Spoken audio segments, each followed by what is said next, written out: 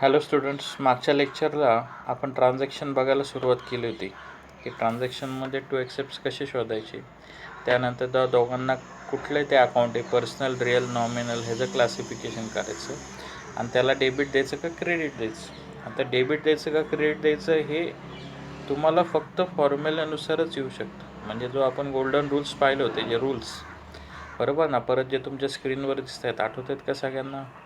Personal अकाउंटमध्ये debit the receiver, credit the गिवर. आठवतं आहे सगळ्यांना? परत पाठ करा, फार महत्त्वाचं आहे. पाठ केल्याशिवाय व्हिडिओ पाहू नका, नाही तर समजणार काहीच नाही. रिअलमध्ये debit what comes in, credit what goes out. आणि त्यानंतर आपण नॉमिनल अकाउंट पाहिलं. नॉमिनलमध्ये आपण पाहिलं debit all expenses and losses, credit all income and gains. अशा आपण 3 प्रकारचे अकाउंट पाहिले, बरोबर आहे. पर्सनल, रिअल आणि काय पाहणो, नॉमिनल. मग आता आपल्याला काय करायचं, जरा नीट लक्ष द्या. आपण कालच्यासारखे काल आपण 5 ट्रान्झॅक्शन पाहिले होते. किती ट्रान्झॅक्शन पाहिले होते? 5. तर आज आपल्याला त्याच्या पुढचे पण ट्रान्झॅक्शन बघायचे आहेत, पण कालचं थोडंसं एक रिवाईज मला करून घ्यायचं आहे तुमच्याकडनं, की कालचे ट्रान्झॅक्शन परत तुम्हाला आठवत आहेत का. बघा, लक्ष द्या सगळ्यांनी व्यवस्थित. बघा, लक्ष द्या. आता काल आपण सर्वात पहिलं आणि महत्त्वाचं तासचं पाहिलं होतं. त्याच्यामध्ये आपण पहिली एंट्री पाहिली होती, purchase furniture of ₹20,000 for cash. आठवते का सगळ्यांना? परचेस म्हणजे काय? खरेदी करणं. काय खरेदी केलं आहे? फर्निचर. आणि कसं खरेदी केलं? कॅश. मग आता साहजिक आहे, 2 गोष्टी आल्यात. एक म्हणजे काय खरेदी केलं? फर्निचर, म्हणून फर्निचर अकाउंट. दुसरं कसं खरेदी केलं आहे? तुम्ही कॅशने खरेदी केली, म्हणून दुसरं अकाउंट आलं कॅश अकाउंट. म्हणजे 2 अकाउंट पहिले ट्रान्झॅक्शनमध्ये तुम्हाला फाइंड करता आलं पाहिजे. मग त्यानंतर दुसरी महत्त्वाची आपण काय करायचं, ते अकाउंट ओळखता आलं पाहिजे. फर्निचर हे कुठलं अकाउंट होतं? बांधव रिअल अकाउंट.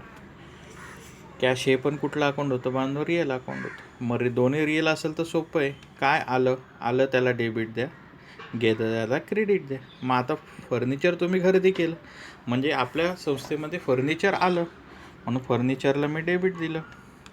आणि कॅश गेली म्हणून कॅशला काय दिलं बांधव? क्रेडिट दिलं.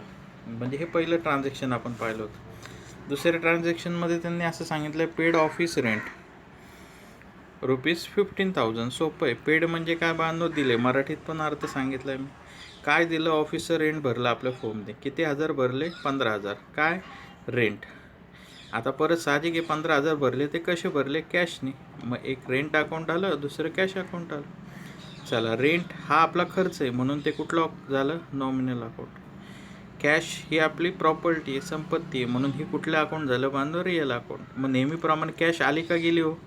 कॅशचं ट्रान्झॅक्शन असेल तर कॅशवर फोकस करायचं. कॅश जर आली तर तुम्ही कॅशला डेबिट द्या, कॅश जर गेली तर कॅशला क्रेडिट द्या. आता 15,000 रुपये तुम्ही दिलेत, मग दिले म्हणजे कॅशला काय येणार? क्रेडिट. मग कॅशला क्रेडिट आलं तर राहिलेलं डेबिट, म्हणजे रेंटला काय येणार बांधव? डेबिट येणार. म्हणजे हे सेकंड ट्रान्झॅक्शन आपण पाहिलं होतं. थर्ड ट्रान्झॅक्शनमध्ये आपण पाहिलं होतं, deposited cash ₹5,000 into bank of India. म्हणजे आपल्या फर्मने काय केले? 5,000 रुपये बँक ऑफ इंडियामध्ये डिपॉझिट केले, म्हणजे जमा केले. मग आता जमा केले म्हणजे काय जमा केलेत? कॅश. कुठं जमा केलेत? Bank of India. मग एक झालं बँक ऑफ इंडिया, दुसरं झालं कॅश.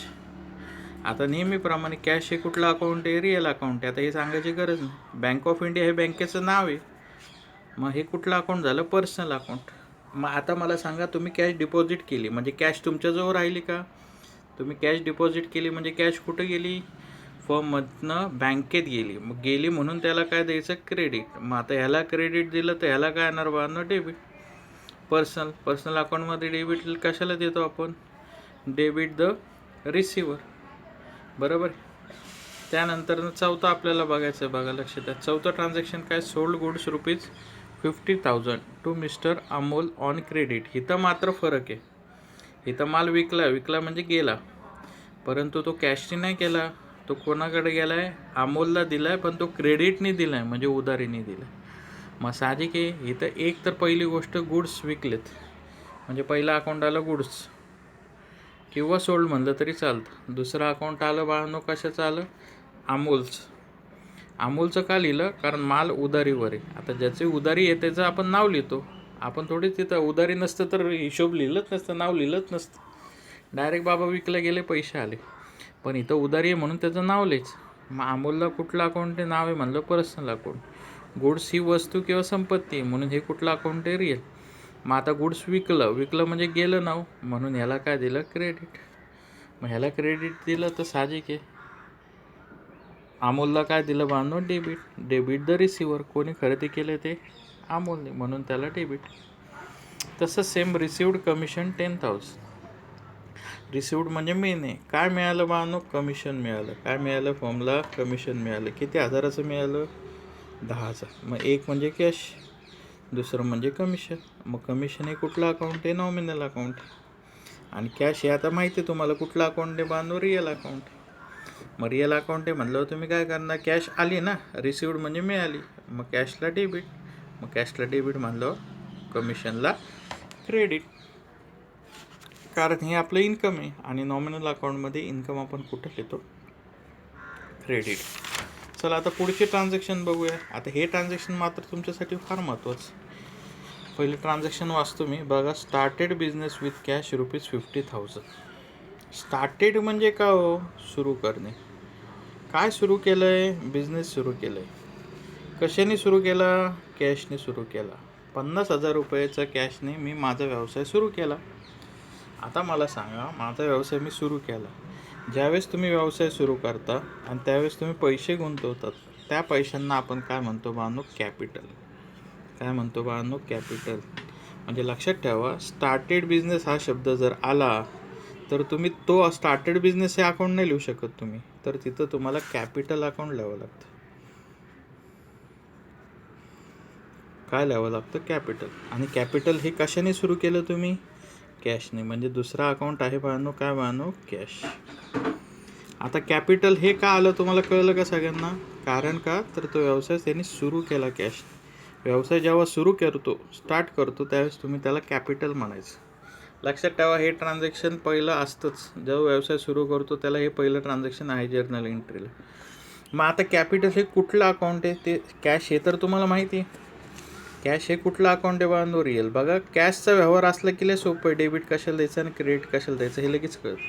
मग कॅपिटल हे कुठलं अकाउंट आहे? समजा मी असं सांगितलं असतं, start business with cash ₹50,000 Amol. समजा आपण सांगितलं असतं सचिन स्टार्टेड बिझनेस. बरोबर ना? कोणी स्टार्ट केला बाळांनो? सचिनने स्टार्ट केलं. मग आता सचिन स्टार्ट केलं म्हणजे त्याला कॅपिटल जे आहे ते नावाने ओळखलं जातं, कारण ते सचिनचं कॅपिटल आहे. म्हणून इथं कॅपिटल हे नेहमी पर्सनल अकाउंट असतं. काय असतं बाळांनो? Personal account. मग आता त्याला डेबिट द्यायचं का क्रेडिट द्यायचं हे कसं विचारायचं? परत बघा, आता मला सांगा, स्टार्टेड बिझनेस विथ कॅश ₹50,000. 50,000ने व्यवसाय सुरू झालेला आहे. मग आता मला सांगा, व्यवसायामध्ये 50,000 आले ना. मग आले म्हणल्यावर काय करणार? आता साधिक हे कॅपिटल आलं म्हणजे कॅशला काय देणार? डेबिट. मग कॅशला डेबिट दिलं म्हणजे कॅपिटलला काय देणार तुम्ही? क्रेडिट. मग इथं पहिलं काय? कॅपिटलला का क्रेडिट? कॅपिटल हे पर्सनल अकाउंट आहे. पर्सनलमध्ये क्रेडिट कशाला म्हणतात? पहिलं डेबिट द रिसिवर आणि क्रेडिट द गिवर. गिवर आहे हा देणार आहे आणि हे फर्म आहे, आपण कॅश घेतलेली. आपण फर्म आहोत, आपला जो कॅश आली. समजते? म्हणजे नेहमी लक्षात ठेवा, स्टार्टेड बिझनेस म्हणलं की तिथं कॅपिटल पाहिजे. हे तुमच्या लक्षात आलं पाहिजे. कुठला शब्द आला पाहिजे बाळांनो?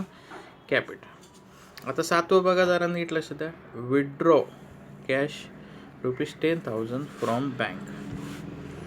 विथड्रॉ म्हणजे काय? हा शब्द पहिलं लक्षात ठेवा. विथड्रॉ म्हणजे काढणे. बँकेतून. कशातून बाळांनो? बँकेतून 10,000 रुपये काढले आपल्या फर्मने. मग आता मला सांगा, 10,000 रुपये काय काढले? कॅश. म्हणजे एक अकाउंट येणार कॅश. बरं, कुठनं काढले? बँकेतनं काढली, म्हणजे दुसरं अकाउंट आलं बँक. एक आलं कॅश, दुसरं आलं बँक. मग आता मला सांगा, काय झालं? Withdraw cash ₹10,000 from bank. मग बँकेतून आपण 10,000 रुपये काढले. मग 10,000 रुपये काढले. आता सर्वात पहिलं कॅश हे कुठलं अकाउंट आहे बांधव? Real account. आणि बँक हे कुठलं अकाउंट आहे? पर्सनल आहे, तुम्हाला माहिती आहे. ठीक आहे. मग आता कॅश विथड्रॉ केले म्हणजे काढले. मग आता आपलं जो ते आले, मग आले म्हणजे कॅशला काय देणार बांधव? डेबिट देणार. तुम्ही ATM मधनं पैसे काढता. ATM मधनं पैसे काढले म्हणजे तुमच्या बँकेतनं तुम्ही काढता. बँकेच्या खात्यातनं पैसे काढले, मग पैसे तुमच्या जो आले म्हणून कॅशला डेबिट. आणि कोणी दिले? बँकने दिले, म्हणून बँकला क्रेडिट. पर्सनल अकाउंट आहे. Debit the receiver, credit the गिवर. बँक देणार आहे म्हणून बँकला क्रेडिट. आपला जो कॅश आली म्हणून आपण कॅशला काय दिली बाळांनो, डेबिट दिली. कळलं का सगळ्यांना? दोन्ही ट्रान्झॅक्शन फार महत्त्वाचे होते, स्टार्टेड बिझनेसचं आणि विथड्रॉ कॅश ₹10,000 फ्रॉम बँक. आता पुढचं ट्रान्झॅक्शन काय दिलं, पेड सॅलरी ₹7,000. म्हणजे सॅलरी पेड केली. पेड म्हणजेच काय, आता मी सांगितलं, पेड म्हणजे दिली. आपण आपल्या फर्मने सॅलरी दिली म्हणजे पगार दिला, म्हणजे एक अकाउंट येणार 101% सॅलरीचं. आता सॅलरी दिली म्हणजे काय दिलं आपण, कॅश दिलं, म्हणजे दुसऱ्या अकाउंटमध्ये काय येणार बाळांनो, कॅश. शक्यतो 70 ते 80% व्यवहार, 80 पण जाऊन द्या, 90% शक्यतो कॅशने व्यवहार होत आहेत. मग कॅशने व्यवहार झाला की एक्झाम्पल फार सोपं असतं. आता कॅश हे कुठलं अकाउंट झालं, रिअल अकाउंट, बरोबर आहे. कॅश हे रिअल अकाउंट झालं. मग सॅलरी हे कुठलं अकाउंट झालं, हा खर्च आहे, आपण पगार दिला एम्प्लॉईंना, म्हणजे हे कुठलं अकाउंट झालं बाळांनो, नॉमिनल अकाउंट झालं. चला, मग आता कॅश आपली पेड म्हणजे दिली ना हो, कॅश दिली म्हणजे कॅशला काय देणार तुम्ही, क्रेडिट. कॉमन सेन्स आहे. मग आता कॅशला क्रेडिट दिलं तर सॅलरी हे आपला खर्च आहे, नॉमिनल अकाउंटला खर्च कुठं येतो आपण, डेबिटला. लक्षात ठेवा मी काय बोलतो. कॅशवरनं थोडासा लॉजिक लावायचं, मग कशाला डेबिट द्यायचं, कशाला क्रेडिट द्यायचं. समजलं, हे सर्वात IMP. आता तसंच हे समजलं असेल तर हे पण समजायला पाहिजे. पेड, परत पेड म्हणजे काय दिलं, काय दिलं, इलेक्ट्रिसिटी बिल. मग एक येणार इलेक्ट्रिसिटी बिल.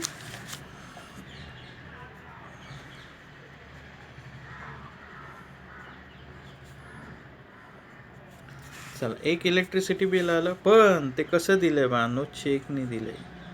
म्हणजे कॅशने दिलं का नाही, म्हणजे इथं कॅशने न देता चेकने दिलं. मग चेक दिलं तर आपण चेक कुठला चेक देतो, बँकेचा, म्हणजे दुसरा अकाउंट लिहायचं बँक, हे अक्कल चालायला पाहिजे. चेक कॅश, त्यांनी चेक शब्द टाकला तर तुम्ही इथं बँक लिहायला पाहिजे, कारण आपण ते बँकेतनं दिलं असं समजलं जातं. समजतं मी काय बोलतो सगळ्यांना? मग आता नेहमीप्रमाणे काय करायचं, इलेक्ट्रिसिटी बिल हा खर्च आहे, म्हणजे हे आपलं कुठलं अकाउंट आहे, नॉमिनल अकाउंट. आणि बँक, आता हे तुम्हाला माहिती आहे, बँक हे कुठलं अकाउंट आहे, पर्सनल अकाउंट. ठीक आहे. आता आपल्याला काय करायचं आहे, नॉमिनल हा आपला खर्च आहे. नेहमी खर्च कुठं लिहितो नॉमिनल अकाउंटला आपण, डेबिटला. कुठं लिहितो, डेबिट.